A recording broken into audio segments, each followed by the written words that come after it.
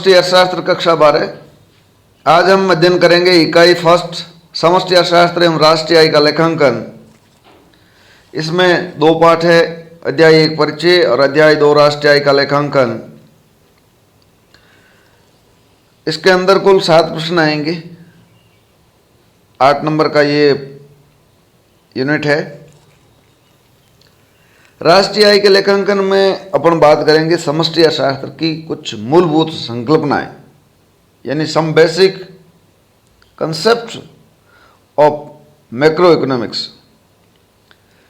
फिर बात करेंगे आय का वर्तुल प्रवाह और राष्ट्रीय आय की गणना की विधि, circular flow of income and methods of calculating national income, यानी आय का वर्तुल प्रवाह कैसा है और राष्ट्रीय आय की गणना की विधि।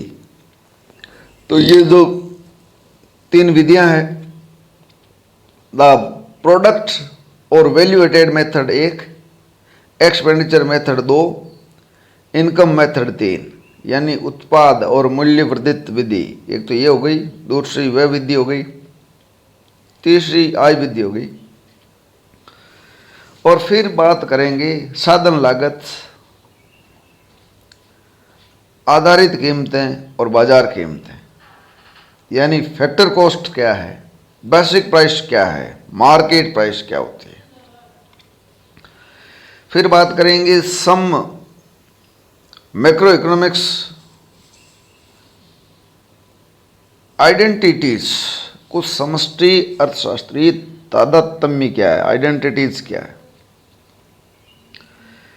फिर मौद्रिक और वास्तविक घरेलू उत्पाद, नॉमिनल एंड रियल जीडीपी, और सकल घरेलू उत्पाद और कल्याण की बात करेंगे कि जीडीपी एंड इकोनॉमिक वेलफेयर क्या संबंध है इसमें। तो देखिए राष्ट्रीय आय के उदाहरण है। इसमें मैंने पूरे पाठ में विस्तृत राष्ट्रीय आय के 3 वीडियो हैं। Video part number 3, part number 4, part number 5 बहुत शानदार, और इसको पूरा विस्तृत किया क्योंकि नेशनल इनकम शॉर्ट वीडियो से आप इसके क्वेश्चन हल नहीं कर पाएंगे। तो इसमें विस्तृत अध्ययन लिखा है।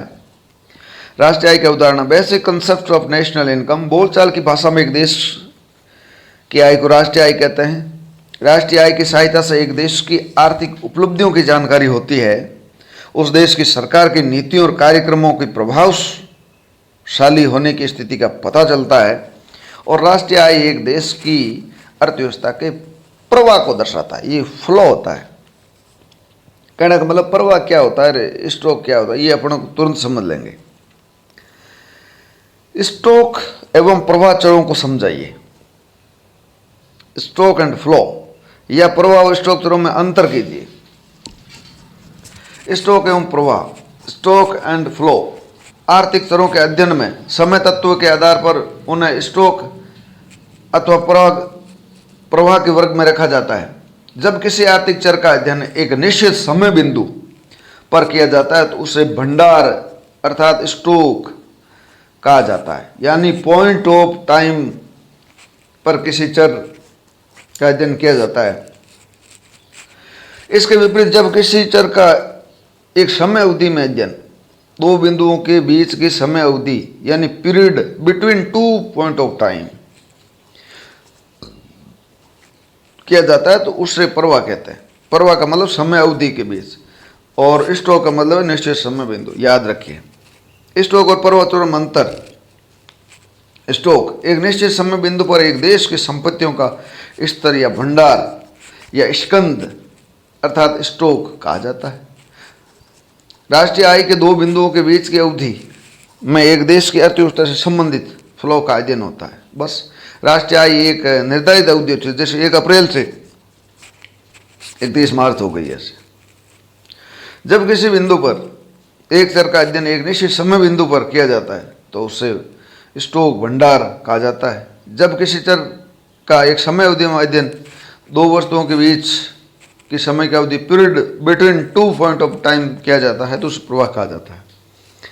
अब नेक्स्ट बात आती है भंडार या स्कंद किसे कहते हैं। बिल्कुल सही है, समय के निर्दिष्टित बिंदु पर संपत्तियों का स्तर भंडार या स्कंद कहा जाता है। राष्ट्रीय आय प्रवाह है या स्टॉक, तो राष्ट्रीय आय फ्लो है, प्रवाह है। राष्ट्रीय आय एक देश की अर्थव्यवस्था के प्रवाह को दर्शाता है। ये फ्लो एक वर्ष की अवधि, भारत में 1 अप्रैल से अगले वर्ष के 31 मार्च के बीच 2 समय के बिंदुओं के बीच की अवधि है, ये से संबंध रखता है। राष्ट्रीय आय का इस प्रकार का प्रवाह उत्पादक आर्थिक क्रियाओं से उत्पन्न होता है। नेक्स्ट बात आती है आय के चक्राकार प्रवाह या वर्ताकार प्रवाह या सर्कुलर फ्लो ऑफ इनकम को समझाइए। ये अपने को पूरा का पूरा अच्छे ढंग से कि ये आय है वो इधर उधर घूमती रहती है। एक देश की अर्थव्यवस्था के विभिन्न क्षेत्र होते हैं, जैसे परिवार क्षेत्र होता है जिसमें उपभोक्ता होते हैं, व्यवसाय क्षेत्र होता है जिसमें फर्में होती है, उत्पादक होते हैं, तीसरा सरकार होती है।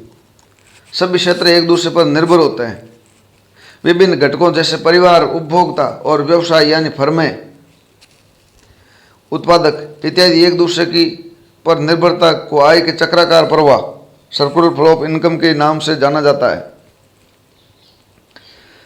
चक्राकार प्रवाह की सहायता से अपन समझ सकते हैं उत्पादन के साधनों की उत्पादक आर्थिक क्रियाओं के द्वारा वस्तुओं और सेवाओं का उत्पादन होता है। आइलर प्रमेय, यूलर थ्योरम देखिए आप के अनुसार समस्त उत्पादन का पूरा बंटवारा उत्पादन के साधनों को हो जाता है। आइलर प्रमेय ये कहता है कि जितना उत्पादन होता है वो उत्पादन के साधनों में उसका बंटवारा हो जाता है। इस प्रकार साधनों को उत्पादन का वितरण होने पर उन्हें साधन आय प्राप्त होती है। देश के लोगों द्वारा साधन आय को व्यय करके वस्तुओं और सेवाओं को प्राप्त किया जाता है। इस प्रकार एक देश में परिवारों और व्यावसायिक फर्मों के मध्य उत्पादक क्रियाओं के द्वारा कमाई गई आमदनी घूमती रहती है, जिससे आय का चक्राकार प्रवाह कहते हैं। कहने का मतलब है उत्पादन के 5 साधन होते हैं: भूमि, पूंजी, श्रम, प्रबंध और सास।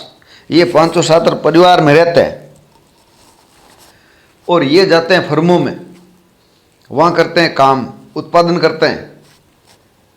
तो उन्होंने मान लीजिए उत्पादन किया, उस उत्पादन से जो संप्राप्ति प्राप्त हुई ये आइलर प्रमेय के अनुसार, यूलर थ्योरम के अनुसार 5 साधनों में वापस बढ़ जाती है।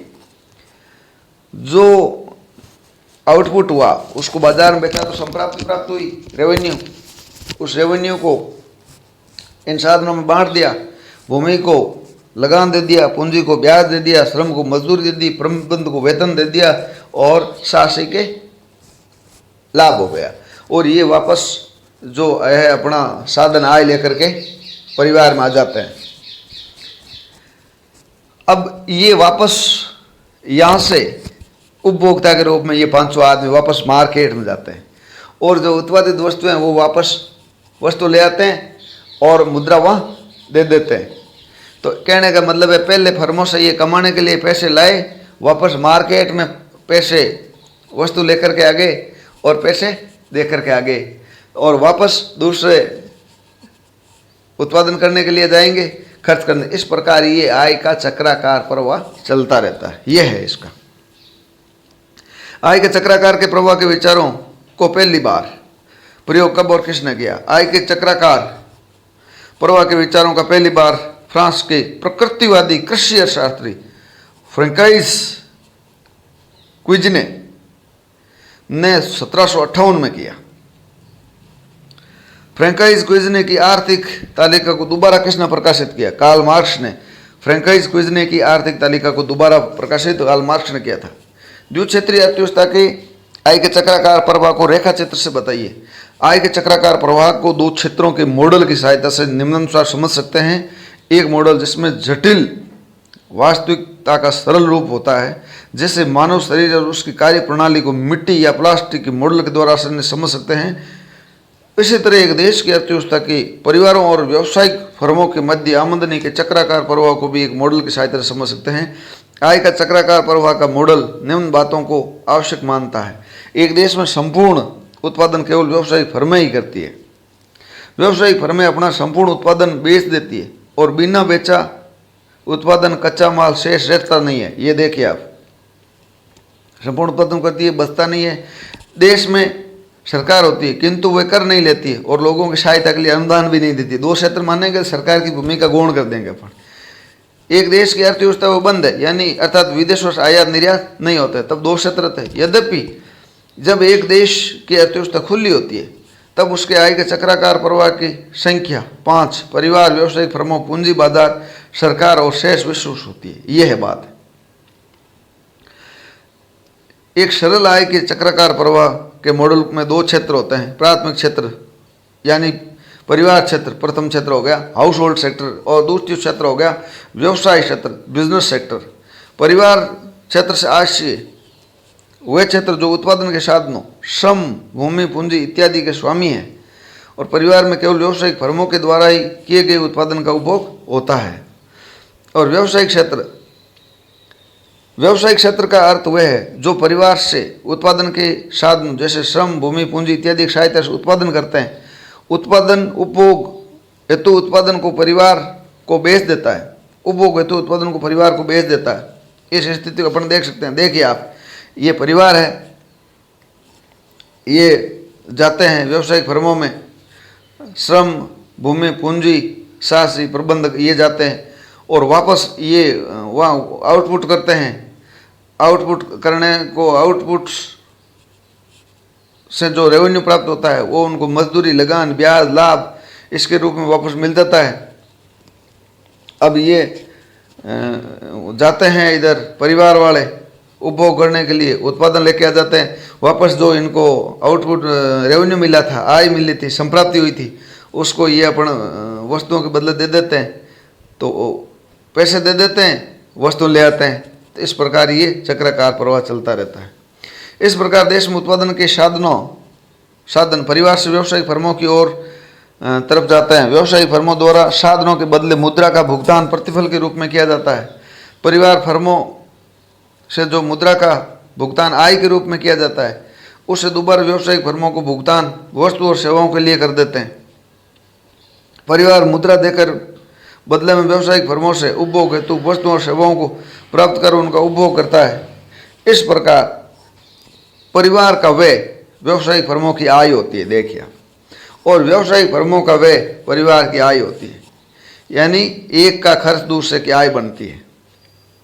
ये प्रवाह का निर्माण दो प्रकार का होता है। वास्तविक प्रवाह उत्पादन के साधनों का परिवार से व्यावसायिक फर्मों की ओर तथा व्यावसायिक फर्मों से उपभोग हेतु वस्तुओं और सेवाओं का परिवार की ओर से प्रवाह। यानी साधन तो जाते हैं फर्मों की ओर और उत्पादित वस्तुएं आती है उपभोग के लिए फर्मों से परिवार की ओर। मौद्रिक प्रवाह व्यावसायिक फर्मों से साधन भुगतान का परिवार की ओर से तथा परिवार से उपभोग व्यय मुद्रा के रूप में, उपभोग व्यय के रूप में फर्मों की ओर होता है। कहने का मतलब मौद्रिक प्रवाह देखते हैं तो व्यावसायिक फर्में जो भुगतान करती है साधनों को तो वो परिवार की ओर होता है, और परिवार जब उपभोग व्यय करता है तो व्यावसायिक फर्मों की ओर होता है। एक क्षेत्र से दूसरे क्षेत्र को लेन देन के प्रवाह का ये क्रम एक देश की अर्थव्यवस्था में लगातार चलता रहता है। उपयुक्त का निष्कर्ष निम्न है। वस्तुओं और सेवाओं के लेन देन क्रय विक्रय की राशि बराबर होती है, अर्थात एक देश के समस्त उत्पादन को मिलने वाली राशि उतनी होती है जितनी देश के समस्त उपभोक्ताओं द्वारा खर्च की जाती है। आय के चक्राकार प्रवाह के चित्र को देखने स्पष्ट होता है कि एक क्षेत्र से दूसरे क्षेत्र को प्रवाह विपरीत दिशा में होता है। वस्तु सेवाओं का प्रवाह जिस दिशा में होता है उसकी विपरीत दिशा में मुद्रा का प्रवाह होता है। ये देख लीजिए आप। उत्पादन के साधनों का बहाव प्रवाह जिस दिशा में होता है उसके विपरीत दिशा में साधनों के प्रतिफलों के लिए मुद्रा का बहाव या प्रभाव होता है। एक सरल चक्राकार प्रवाह के मॉडल के दो क्षेत्र को, तो ये छोटा सवाल आ सकता है, चित्र याद रख लीजिए, याद लिखिए। अब बात आती है उपभोग वस्तुओं किसे कहते हैं, और दो उदाहरण दीजिए। उपभोग वस्तुएं वे सभी वस्तुएं जिसका पूरा का पूरा उपभोग या प्रयोग उनको खरीदने के बाद ही हो जाता है, अर्थात उपभोग वस्तुओं और सेवाओं का उपभोग केवल एक वित्तीय वर्ष में ही किया जाता है। उपभोग वस्तुओं के उपभोग द्वारा समाज में लोग अपनी आवश्यकताओं की संतुष्ट करते हैं। उपभोग वस्तुएं अन्य वस्तुओं के उत्पादन में काम में नहीं ले जाती है। अन्य वस्तुओं के उत्पादन में काम नहीं ली जाती। सामान्यतः व्यावसायिक फर्में सुपुर्दी के लिए तैयार वस्तुओं और सेवाओं का भंडार रखते हैं। उपभोग वस्तुएं अंतिम वस्तुएं होने के कारण राष्ट्रीय आय की गणना के लिए इनके मूल्यों का समावेश किया जाता है। यानी कंज्यूमर गुड्स होती है, ये फाइनल गुड्स होती है। उपभोग वस्तुओं और सेवाओं के उदाहरण इस प्रकार है, जैसे खाने पीने की चीज़ें हैं, कपड़े हैं, वाहन है, सब्जियां हैं, ब्रेड है, रेडियो, टेलीविज़न, आपकी कक्षा की पाठ्य पुस्तक है। ये उपभोग वस्तु में सेवाएं गैर टिकाऊ और टिकाऊ वस्तुएं भी सम्मिलित होती है। यानी कई ऐसी वस्तु होती है जो लंबे टाइम तक चलती है, वो टिकाऊ हो जाती है। कुछ वस्तु होती है जैसे दूध है, ये कुछ 4-5 घंटे ही चल पाता है। कई बार टिकाऊ उपभोग वस्तुएं व्यावसायिक वस्तुओं में काम लेने की स्थिति में पूंजीगत वस्तुएं कहलाती है। अगर कोई टिकाऊ वस्तु है और उसको व्यावसायिक फर्मों में अपन काम ले लिया तो वह पूंजीगत वस्तु बन सकती है।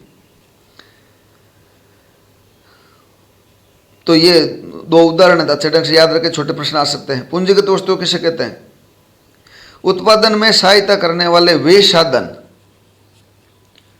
या वस्तुएं जो टिकाऊ होते हैं। पूंजीगत वस्तु यानी उत्पादन में साधन, ये प्रक्रिया में काम आते हैं, जबकि उपभोग वाली उत्पादन प्रक्रिया में काम नहीं आती है। पूंजीगत वस्तुओं द्वारा कई वर्षों तक उत्पादन किया जाता है, जैसे मशीन है, यानी जिससे उत्पादन कर सकते हैं, औजार है, उपकरण है, भवन है, बांध है, नहर है, सिंचाई के लिए पंप सेट, ट्रैक्टर, बिजली बनाने का संयंत्र, व बिजली की लाइन इत्यादि पूंजीगत वस्तुओं पर एक देश का विकास निर्भर करता है।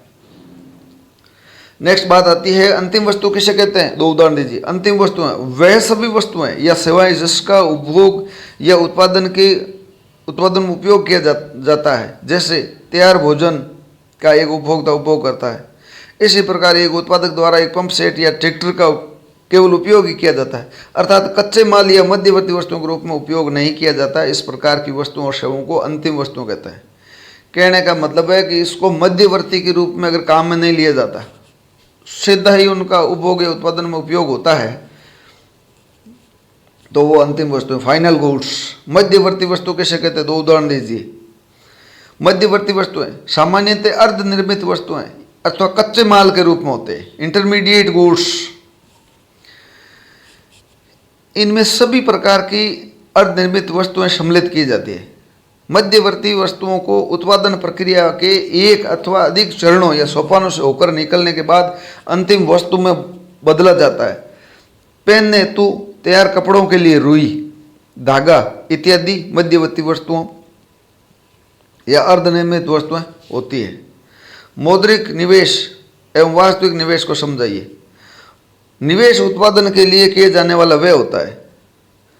जब एक उत्पादक नगद धन व्यय करता है तब वो मौद्रिक निवेश कहलाता है।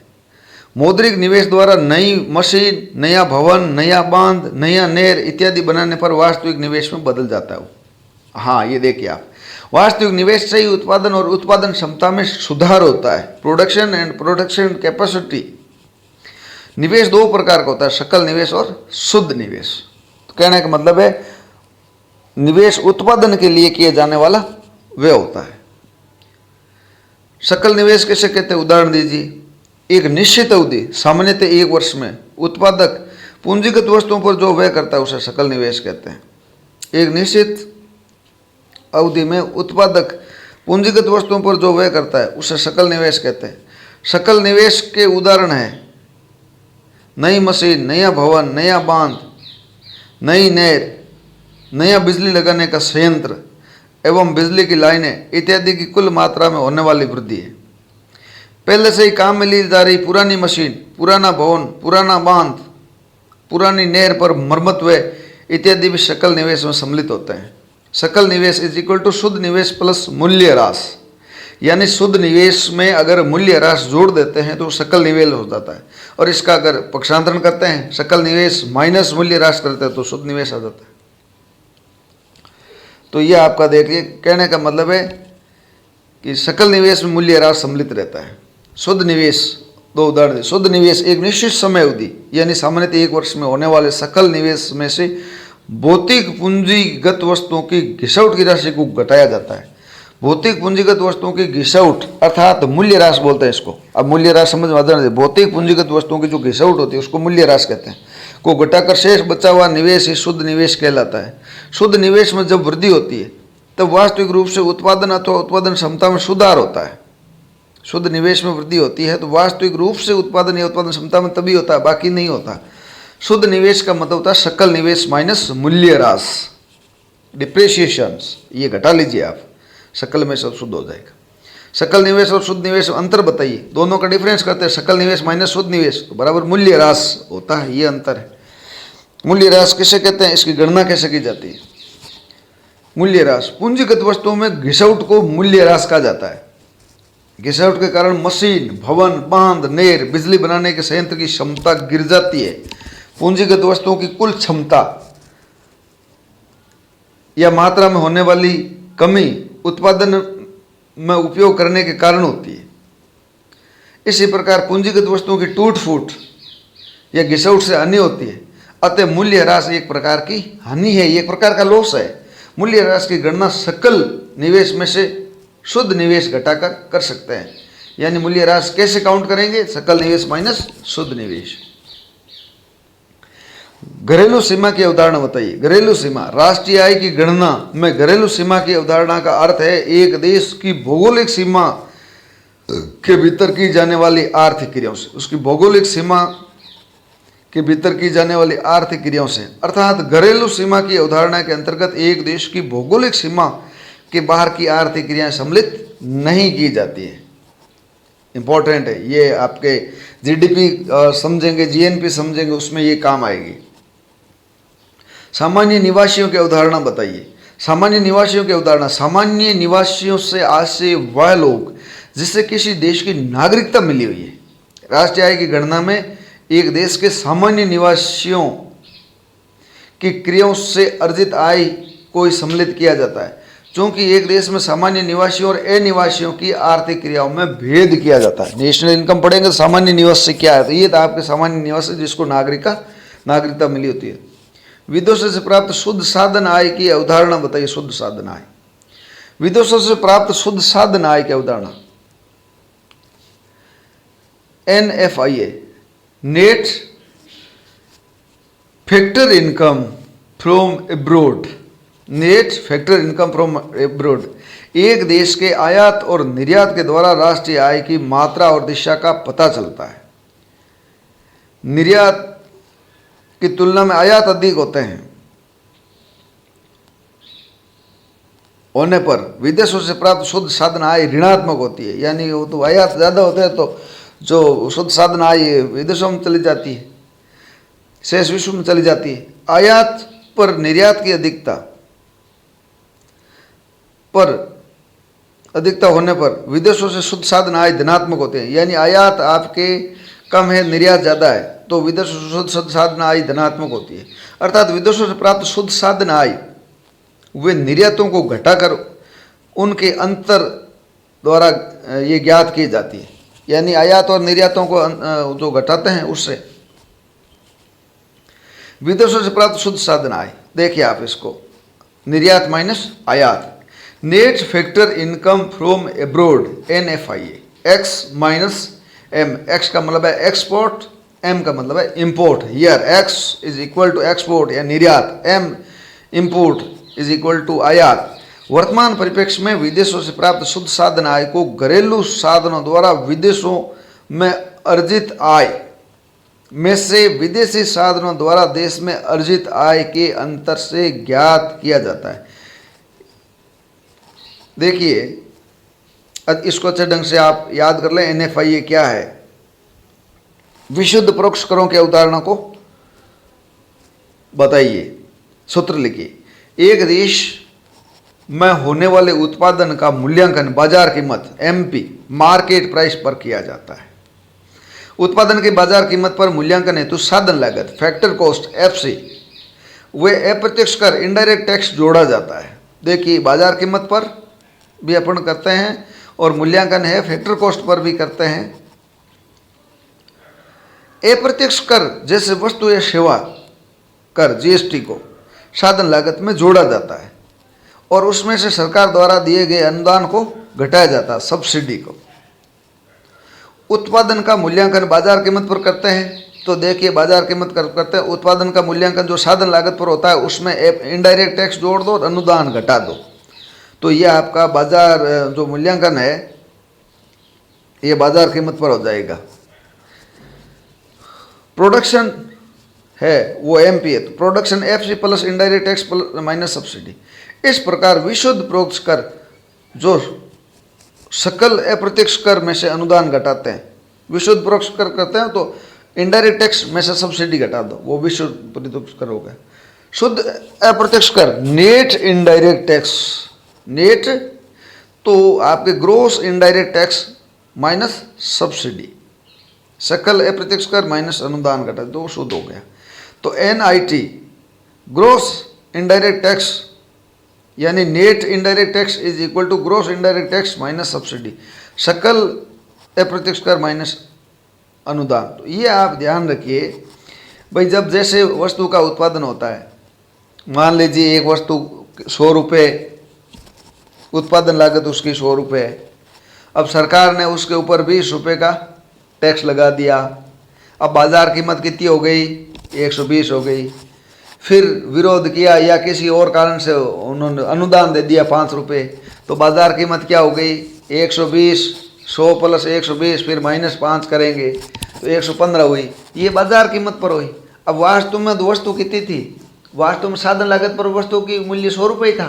तो 100 रुपये ज्ञात करने के लिए इसको वापस 115 है, उसमें जो टैक्स जोड़ा था 20 रुपये, अब इस 20 को घटाओ 95, अनुदान जो घटाया था वापस जोड़ो तो 95 प्लस 5 तो ये 100 आ जाएगा। ये इस प्रकार का मामला है।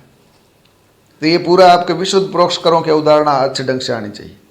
वास्तविक जगत में आय के प्रवाह, वास्तविक जगत में आय के चक्राकार प्रवाह कितने क्षेत्रों में होता है? वास्तविक जगत में 2 क्षेत्रों के बजाय 4 क्षेत्रों में राष्ट्रीय आय का चक्राकार प्रवाह होता है। सर्कुलर फ्लो ऑफ इनकम होता है। राष्ट्रीय आय के स्तर, रोजगार के स्तर, देश में बचत का स्तर, देश में विनियोग के स्तर, सामान्य कीमत का स्तर, आर्थिक वृद्धि और विकास में उतार चढ़ाव इत्यादि का अध्ययन करके व्यापक समग्र स्तरों के रूप में समष्टिगत अर्थशास्त्र में किया जाता है। समष्टि राष्ट्रीय आय विभिन्न प्रकार की उत्पादक क्रियाओं से उत्पन्न होती है। एन इकोनॉमिक एक्टिविटी, ये पढ़ेंगे उत्पादन क्रियाएं क्या होती है, यानी जो क्रियाएं धन कमाने के लिए की जाती है वो उत्पादन क्रियाएं होती है। जैसे पशुपालन है, कृषि है, उद्योग है, व्यापार एवं अन्य वाणिज्यिक क्रियाएं। तो ये अपने 4 क्षेत्र का अपने ध्यान रहे, परिवार है, फर्म है, यह व्यवसायिक क्षेत्र है, सरकार है और बाह्य क्षेत्र है। शुद्ध अप्रत्यक्ष कर ज्ञात करने का सूत्र लिखिए। एनआईटी ज्ञात करना है, नेट इनडायरेक्ट टैक्स, तो आपका जो जीआईटी है ग्रॉस इनडायरेक्ट टैक्स है उसमें से सब्सिडी को घटा दीजिए। तो इस प्रकार के प्रश्न भी आ सकते हैं। संक्षिप्त टिप्पणी लिखिए, उपभोग वस्तुएं क्या है, पूंजीगत वस्तुएं क्या है, स्टॉक क्या है, प्रवाह क्या है, सकल और शुद्ध निवेश क्या है, मूल्य राशि। और अगर आप गृह कार्य करें और जहाँ भी आपको प्रॉब्लम आ रही है, समझ में नहीं आ रहा है, कमेंट जरूर दर्ज करें।